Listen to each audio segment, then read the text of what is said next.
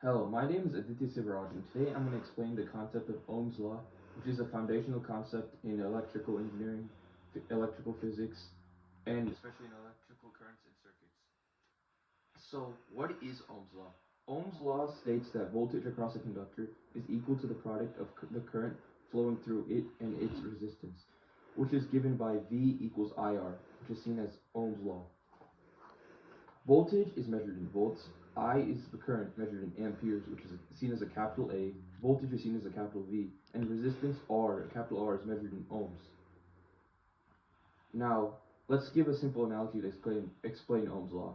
Let's use water flowing through a pipe as our analogy. So let's say voltage is pressure pushing water through a pipe. Current is the amount of water flowing. And resistance is the pipe's narrowness slash roughness. So if the pipe has high resistance or is narrow, less water flows, so which is low current, even if the pressure is high, so even if the voltage is high. This is similar to electric circuits where high resistance limits current despite the high voltage. So let's solve a simple problem using Ohm's law. A current has a resistance of 10 ohms, and the current flowing through it is 2 amperes. What is the voltage? So in this law, we would just use the equation V equals IR. And we already have I and R, as I being equal to 2 amperes and R being 10 ohms. So we use V equals 2 amperes times 10 ohms to get 20 V, which is 20 volts. And this would be the voltage across the circuit. Now, after going through a simple problem like that, let's look at some real-life applications where Ohm's law is used.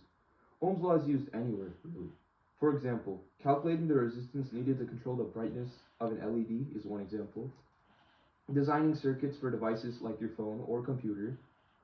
Determining the current drawn by household appliances like a toaster or fan are just many of the examples that Ohm's law is used for.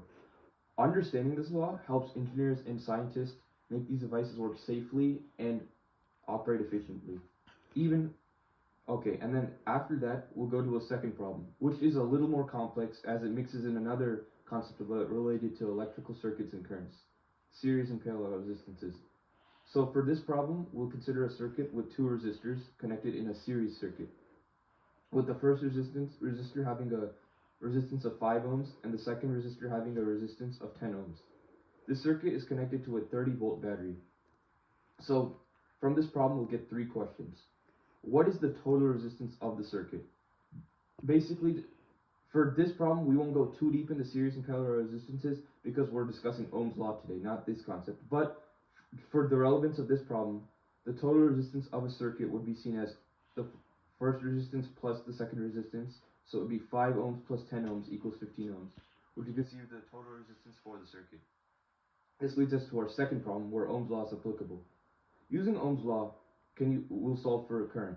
So V equals IR is Ohm's law traditionally. However, when we manipulate the equation, we can get current equals V divided by R, which is I equals V divided by R. And V is 30 volts for the battery, and R is 15 ohms from our total resistance from the first problem. So we get 30 volts divided by 15 ohms to get 2 amperes, which is the current flowing throughout the circuit. This leads us to our third and last problem. Calculate the voltage drop across each resistor using V equals IR, Ohm's law. So for the 5 ohms resistor, the first voltage would be equal to the current times the first resistance, which is just 2 amperes times 5 ohms, which gives you 10 volts for the first voltage. And for the second voltage, we'll use for the second voltage drop across the resistor, we'll use the current times the second resistance, which is 2 amperes times 10 ohms, which is 20 volts. Using 10 volts and 20 volts, respectively, we'll calculate the total voltage, which is V1 plus V2, 10 volts plus 20 volts, which is 30 volts. Now, if you'll notice, 30 volts is equal to the battery voltage, which was what was explained in the problem earlier. So we know our calculations are correct because 30 volts matches with 30 volts in the problem. Now, would be considered a more complex problem. Now, with this being all said, Ohm's law connects voltage, current, and resistance in a simple yet powerful way. V equals IR is not just a concept, it's a foundation of modern electronics, and it's used in many careers and professions such as electrical engineering, theoretical physics, and even in college when you need it. it's very applicable for electrical currents and circuits.